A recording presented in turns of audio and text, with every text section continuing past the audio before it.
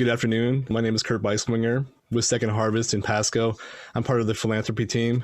My role there is focused on childhood hunger, which is why we're on this call today, as I manage the Bite to Go program that provides food for kids over the weekend is basically the function of that. For those of you who don't know me or don't know, I'm a huge movie fan. Pretty much what I'm obsessed with when I'm not working is movies. So, I don't know if you guys remember what it's like to go to a movie theater. I kind of vaguely remember. So I kind of wanted to give you kind of just a nice reminder of what it's like to go to a movie. So let's start with what gets you to the movie theater to begin with. Sometimes it's the magical movie trailer that you see. So you have an idea of what to expect and it gets you excited about the event. So this is kind of what the trailer would look like for this event.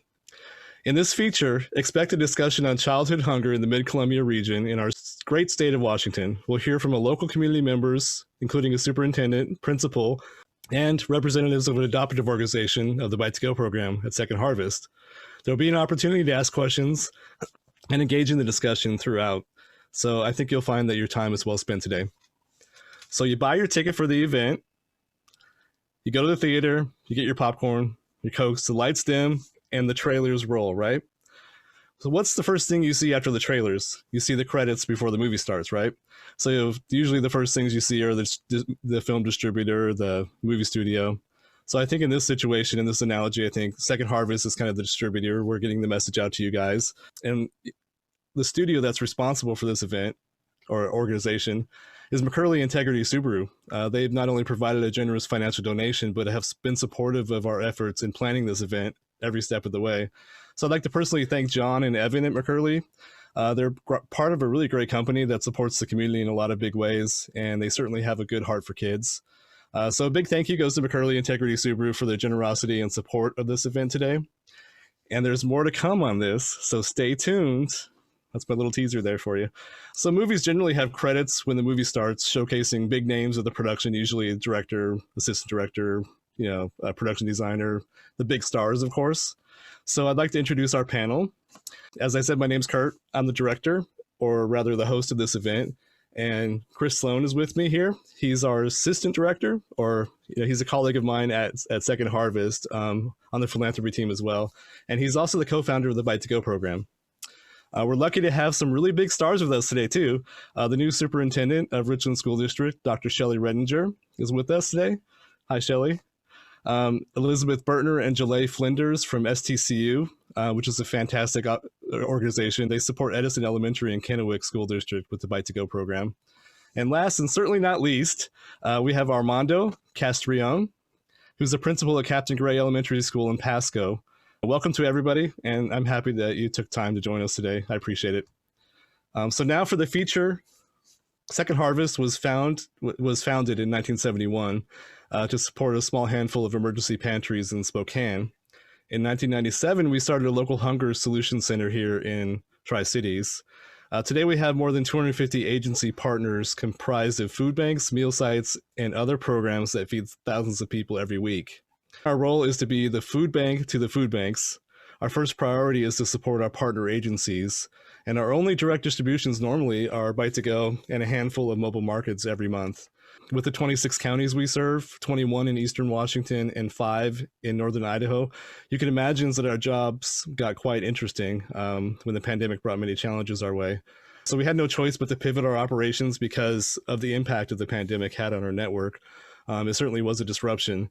Part of that was many of the volunteers who support our partner agencies fall into a high-risk category. Food supplies were disrupted, and in some cases, agencies had to close temporarily. And even with Bite to Go, in the Tri-Cities, we had to adjust quite a bit. Volunteers and school staff delivered to homes of children rather than our usual distribution model, which is providing food so volunteers and staff members could distribute to children at the schools.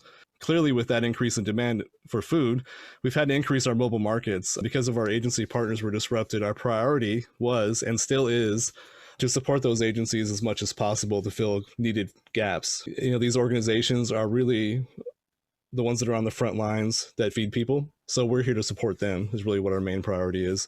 To give you an idea of the impact, from January 2019 through November 2019, we held 130 mobile events. During that same time in 2020, we held 427. So that really gives you an idea. I want to bring this down to childhood hunger and basically child food insecurity in our area, which is really the reason why we're here today. Feeding America, which is the nation's largest hunger relief organization, recently explored how food insecurity has increased in 2020. Now, to be clear, food insecurity means not knowing where your next meal is coming from and or not having adequate access to healthy food. The number of children facing food insecurity in the Mid-Columbia has gone from 1 in 5 to 1 in 4 due to COVID-19. This demand for food increases at elevated levels in our area. Since 2018, we've seen a 43% increase in food insecurity in children throughout our service territory. And when you think about it, this is really unacceptable. And clearly the problem is not going away anytime soon. In fact, it's gotten worse in recent months. Because of this, Second Harvest has a program that helps children in our area, our service territory, called Bite to Go. Bite to Go started in Spokane 12 years ago. We distribute Bite to Go food packs from our 2 distribution centers, Spokane and Tri-Cities. I'm excited to have a colleague, like I mentioned, Chris Sloan's on the call with us. He's the co-founder of the Bite to Go program, and I wanted to ask him a couple questions kind of about the history of it. Chris, can you tell me how the program started and what was the heart behind it, or the why behind it? Yeah, absolutely. Kurt, thanks for having me on, and thanks to everybody that's attending and viewing this child hunger webinar today. I'm going to stop our screen so you don't have to stare at my name and our logo for too long, so you can just see the panel. So 2008, the origin story, right? To fit the theme today of missing the good old days when we used to be able to go into a theater and watch a movie and have popcorn. The origin story of Bite to Go started in 2008. I was on staff at a church here in North Spokane, and my wife and I were volunteering. Our kids were attending the school. It was Meadow Ridge Elementary at the time, and the counselor reached out to us and said, I'd like to meet with you guys and talk to you about getting a program started. And we both said, yeah, absolutely. So we went in and met with Debbie, the school counselor, and she told us about the backpack program. And she said, I heard this from a friend. It's happening in Kansas, and it's really about outside community partner helping feed hungry kids in our school. And my wife and I kind of looked at each other and kind of scoffed for a second, because we're like, we're in North Spokane in the Meade School District. It's a pretty affluent, area of town. I don't think there's any hungry kids. And she quickly told us that there are 22 kids that she has on a list that are struggling over the weekends because of the gap of not getting, breakfast and lunch from school. And she said, I would really like to get this program started. And so we agreed, we rallied our church together, and we began to deliver food that was purchased from Second Harvest at the time. Just some very simple, rudimentary packets of food that we brought. And we were faithful to come every week. We got involved more people from our church, and the church really stepped in to help financially take on the responsibility of this program. And more people got involved, and we just really fell in love with this partnership with the school. The school got to know the principal. We got to know other staff members. They invited us to be a part of the school events, to volunteer. It really allowed us the opportunity to make an incredible impact just simply across the street.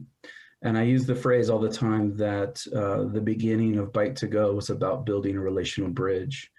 And that's what we experienced. And then it was just a matter of, once you hear of something good, you hear of a great movie that you see in the theater, you tell all your friends and family, right? And so we started sharing it with other churches, other organizations in North Spokane, and slowly, but then very quickly, all of the elementary schools in the school district were adopted. The program was started, and then now it's expanded throughout Spokane County, really throughout Eastern Washington and Northern Idaho. That is the origin story.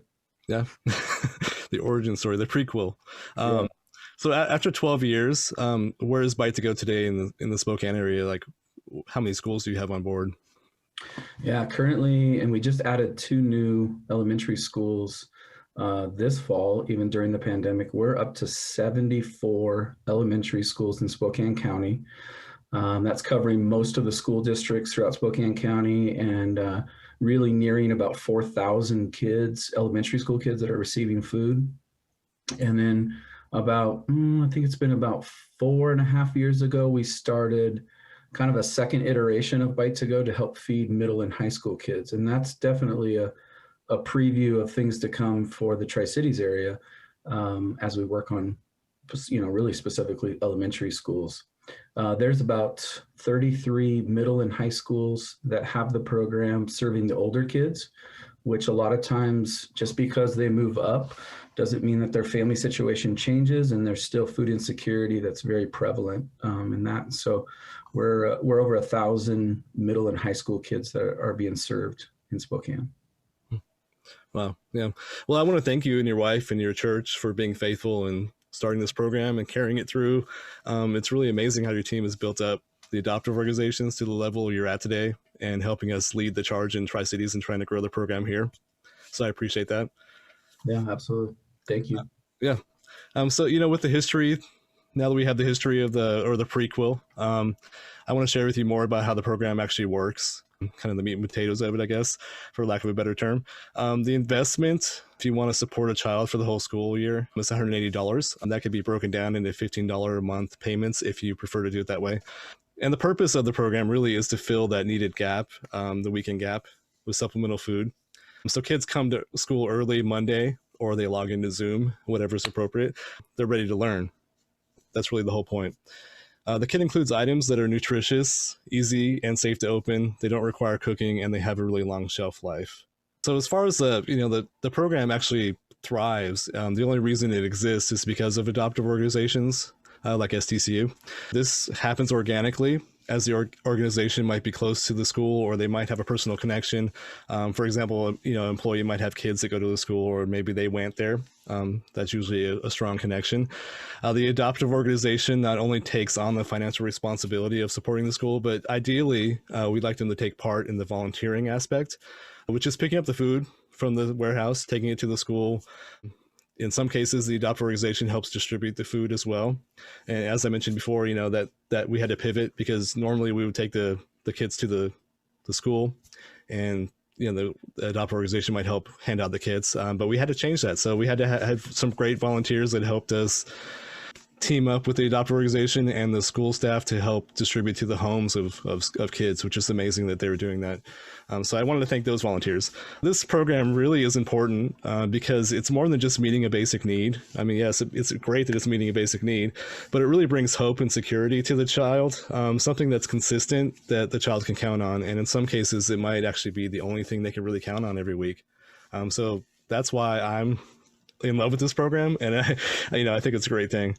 Are there any questions at this point? Do we have any questions that have come in? Looks like we haven't had any questions yet. So feel free to ask us anything you want in the Q&A section. As I mentioned earlier, the Bite to Go program is possible because of the generosity of adoptive organizations, whether it's a church, business, or community group. I'm thrilled to have Elizabeth and Jalea with us on the call today. They're from STCU, and they started this past school year as an adoptive organization supporting Edison Elementary in Kennewick. Good afternoon, Elizabeth and Jalea. How you doing? Hi, thanks for having us. Yeah, well, it's great that you're on here with us. I wanted to ask you, why did you decide to participate in the Bite to Go program? Sure, and I'll kick it off and then hand it off to Jalea. I work in the community relations group within SPCU, and we're founded by educators, so we've been in school since 1934. We have always looked for organizations that support education and students, and we all know that I can barely concentrate at noon when I'm hungry, so I don't know how the little kiddos go to school and they're hungry. So we knew a lot about Second Harvest, the programs that you do. So we look for organizations that support our core values. And so as a community relations side, we identified that Bite to Go would be a good program. And from there, I looked to my partner, Jalea, that is our regional branch manager here, and asked what she thought of the program. And then we kind of kicked it off from there. Yeah, that's, and I remember like when we first met, you told me at the beginning that you didn't want to sponsor a school unless you were involved with more, the volunteering, for example, the hands and feet that make the distribution happen. Can you tell me why that was so important? Yeah, I'll let Jalea answer that question. So yeah, so it goes back to STC and our foundation, just giving back to the community with time, talent, and treasure. So we didn't want to just financially help. We wanted to absolutely be able to volunteer our time. So right away, we went back to our team here and everybody was on board to be able to volunteer. So we had that opportunity to be able to go into the school on a weekly basis and to be able to hand out and to build that relationship with Edison and the counselor and the other teachers as well, to be able to help additionally with other needs as they have too. So it's been a great opportunity for us to be able to be in there and to help and to really help with the children and help just overall with our time. Mm-hmm. Yeah, you guys are great. We just heard from Chris about how church relationship that he had started with Bite to Go and kind of went beyond that. I wanted you guys to talk a little bit about what you do beyond Bite to Go. How's the relationship going with Edison? So we are actually delivering the food now. So me and another coworker, we've been helping there. We actually just helped with the Giving Tree. So we adopted several children there, and were able to give them Christmas gifts that they might not have had. We've helped with the fun run. I believe Elizabeth is working with the group on. Can't really remember the program that you're on, Elizabeth. The organization has reached out to us as well. So just overall building a relationship where we can help and what actually looks like help on there. Yeah. That's awesome. Well, I thank you guys for joining us today. And, I just want to point out that you're a good model for other adoptive organizations. Obviously education is your mission, and supporting the community in a big way. I see you guys everywhere, so I appreciate you guys. At this time, I want to introduce somebody that I'm really excited. I'm happy to meet her for the first time. She comes to us as the former superintendent of Spokane Public Schools. She's no stranger to the Tri-Cities, though. She actually, at one time, she was a teacher at Jefferson Elementary, a principal at Sacagawea. She even was the district's teaching and learning director. She was a superintendent in Oregon as well as Virginia. I'd like to introduce Dr. Shelley Redinger. Hello. Hi, how you doing? Thank you. Thanks for that introduction. Yeah, well, I did my best, but thank you for joining us. I really want to get down to what it's like for you as a superintendent, what it's like being a superintendent during a pandemic. Well, it's been quite a challenge for everyone, but everyone has really stepped up. This community is amazing, as we all know. The Tri-Cities, the 3 districts work very well together. So the other 2 superintendents, Michelle and Tracy from Kennewick and Pasco, and I meet at a minimum weekly, and we try to partner in all of our work. So I know Bite to Go is something they want to expand as well as we do here in Richland.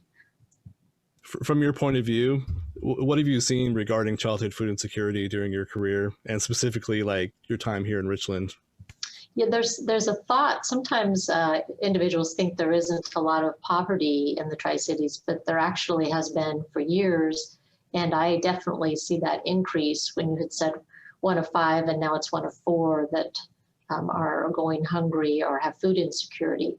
I remember as a teacher at Jefferson, we had a lot of students in poverty. I remember doing home visits, and we all, for get-togethers for the staff, we would actually bring donations for our families.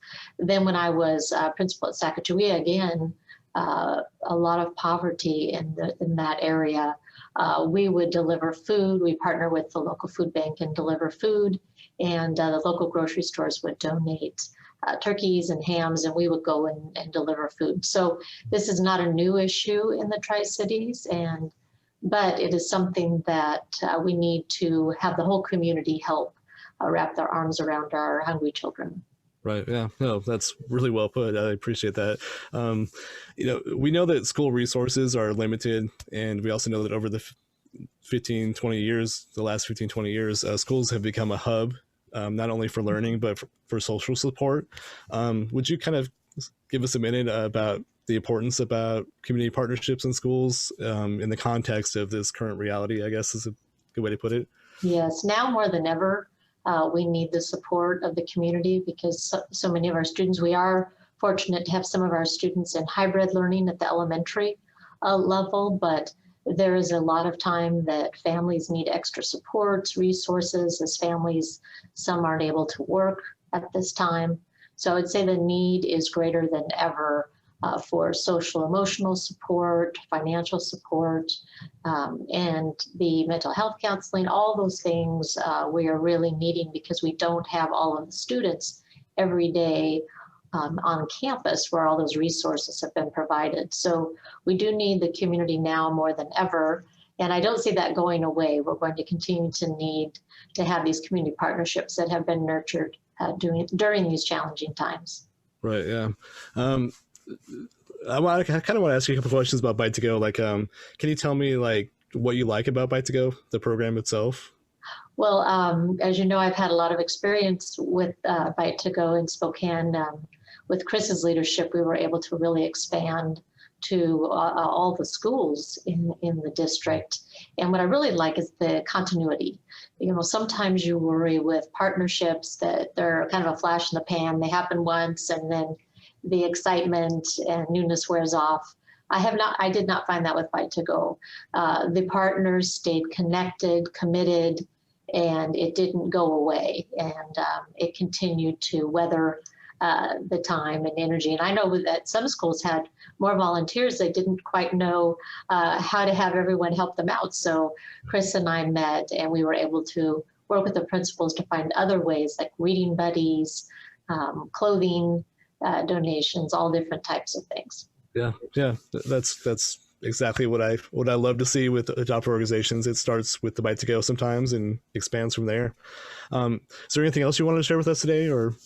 Oh, just that it's an amazing program, and I look forward to expanding it in the Richland School District, and I know the other two districts feel the same as well. It's a wonderful organization.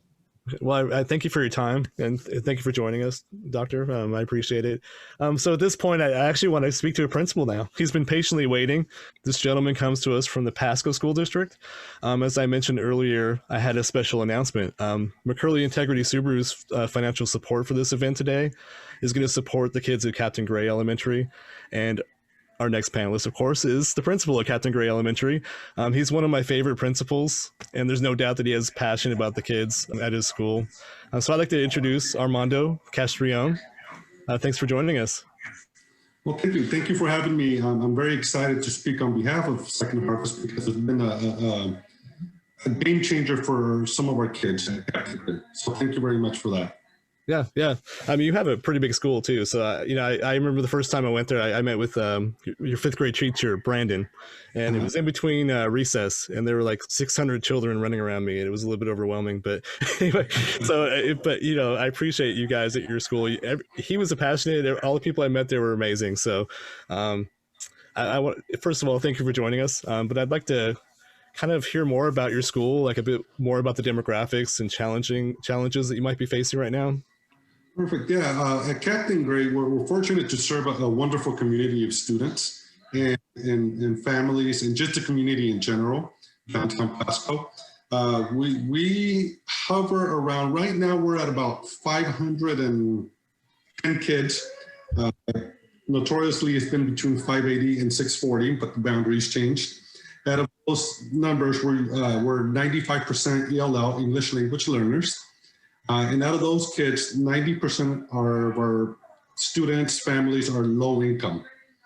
And this year, like Dr. Redditor said, the need is greater than ever.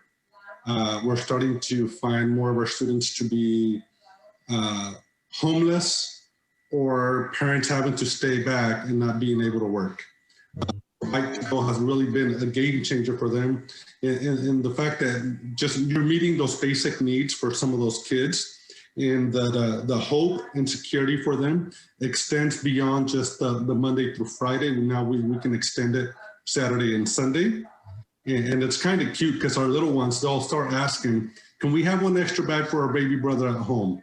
And usually, you guys have been gracious enough to sometimes provide extra bags for us or packets, and we'll happily send it to them. At Captain Gray, we do have a pretty amazing staff. With times being a little different right now, typically on the regular school year, our kids will take home their packets on Friday after school, but now we have teachers who actually will take time out of their day to go deliver these packets to the kids' doorsteps. So they're not having to worry about having to come pick up the regular lunch plus an additional packet for meals. It's been amazing for our kids, truly. Right. That's great. It's good to hear your point of view. One thing I did want to point out, is siblings. Yeah, I mean, I've heard from counselors and teachers that in some cases, there's households that get 6 kids, and not all the kids are attending the school. So it really comes down to the support from the adoptive organization in that case, which you're lucky to have not only 1, but 2 that support you right now. So, yes. Which I'll get to a little bit about that later on the call. But anyway, I want to know a little bit more kind of what you're hearing from teachers at your school and staff members regarding food insecurity.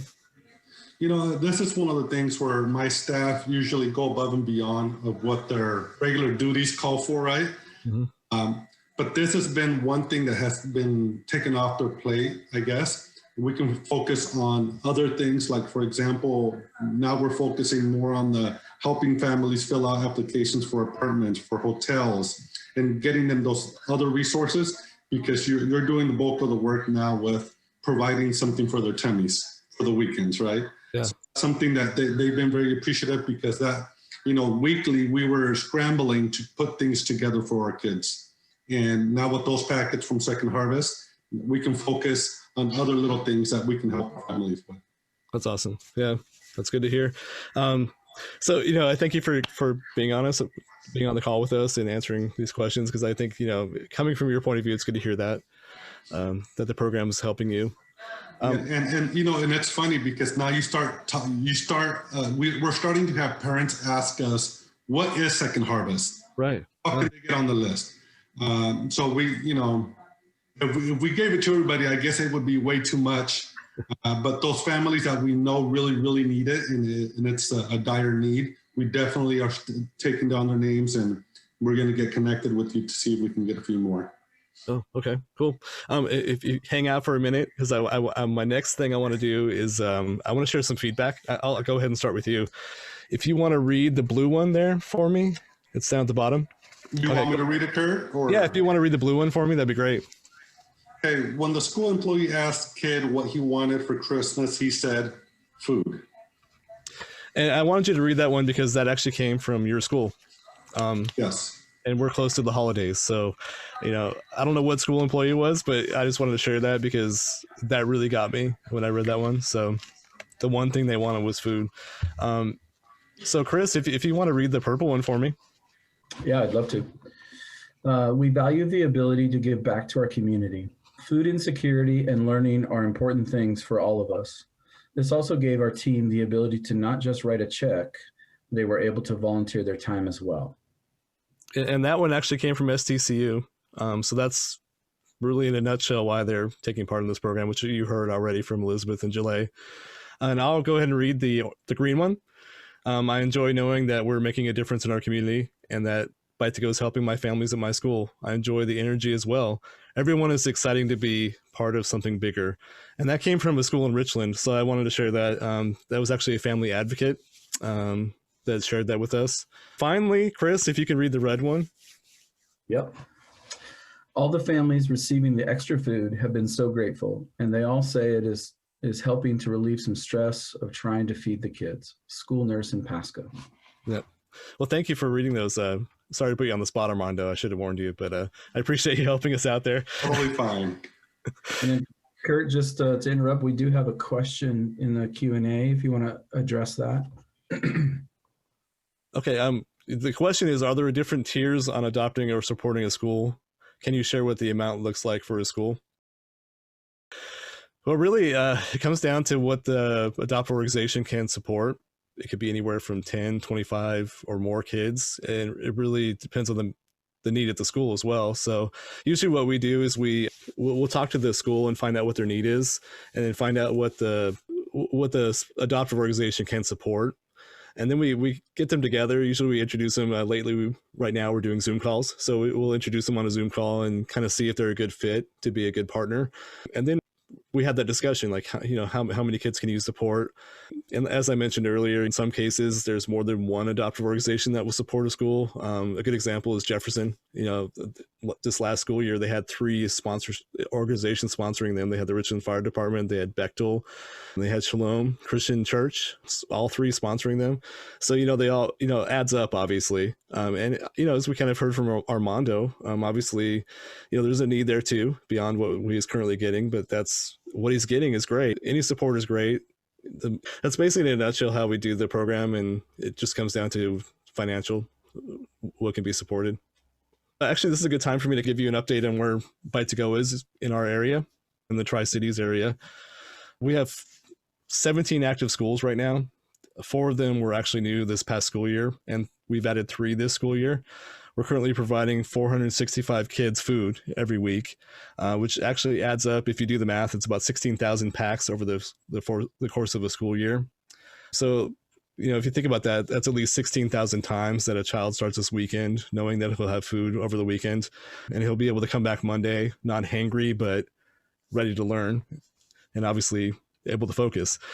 We have 17 generous adoptive organizations, and actually 4 are new this year. I misspoke there. 4. We actually have 4 new ones this year. So that includes, actually, I wanted to mention them because I think that's important. Kiwanis Young Professionals are supporting Eastgate Elementary in Kennewick. Lee Construction is supporting Captain Gray. Bethel Church supporting Badger Elementary in Richland and Emerson Elementary in Pasco. McCurley Integrity Subaru is supporting Captain Gray as well. So I'm hoping this list will continue to grow, which brings me to my next thing, which I want to ask you for your help. If we're always looking to grow the Bite2Go team, not only in the Tri-Cities, but we're also always interested in looking at other counties. So, if you're in a different county, please reach out. We'll see what we can do. We want to support as many kids as possible. There are so many schools that need support, and really that equates to thousands of kids. So if you're part of a business, church, or organization, or know somebody that might be interested in helping support a school, please feel free to reach out to me. I'd love to have a conversation. Really, this is a fight against hunger, and the real power is the community coming together and lifting up these kids and supporting them at a really important time in their development. If you'd like to help out, please take down my contact information, or you can just call me, or you can go to that website, 2-harvest.org/Bite2Go, and my contact information is on there as well. Are there any questions at this point? Looks like we don't have any more questions. Kurt, there's not any questions in the question and answer, and there's still plenty of time. So please make sure and question, especially with Armando. Thank you for staying on. We can, have any of our attendees ask a question of Armando. But Kurt, would you go over the cost structure? We did have a question about the cost structure, just for, what it costs per pack, and the fact that through Fred Meyer Kroger Company. I'm glad you mentioned that, because Fred Meyer Kroger Company actually gives us a grant that supports our cost. So basically every dollar that goes into the kits goes directly into the program. So when you're donating, that, which is amazing that 100% of it goes into food. So that's what we do with it. We buy the food with it. The investment, if you want to support a child for the whole school year, it's $180. It could be broken down into $15 a month payments if you prefer to do it that way. So if you're an individual, you can support one child if you want to, or more. We're looking for adoptive organizations to support us because, we want to make a good impact in the community. Again, it just depends on what you're comfortable with financially, what you can support, how many kits are provided. So, but anyway, at this point, I think I really bring this to a close. I appreciate everybody coming on the call. I thank McCurley Integrity Subaru for making this event possible. I want to thank our panelists for joining us, and a big thanks to everybody for taking your time out of your day to be on this call. And have a great rest of your day, and stay safe out there.